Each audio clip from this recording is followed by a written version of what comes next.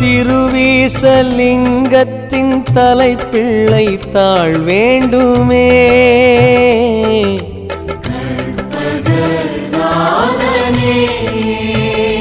தங்க அரை கொம்பு கொண்டானை துதிக்கின்ற மனம் வேண்டுமே.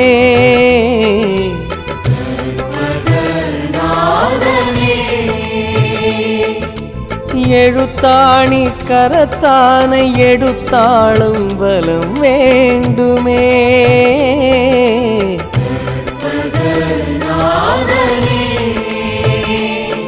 பொன்மணியாட்டும் தும்பிக்கை மனம் தீட்ட வர வேண்டுமே.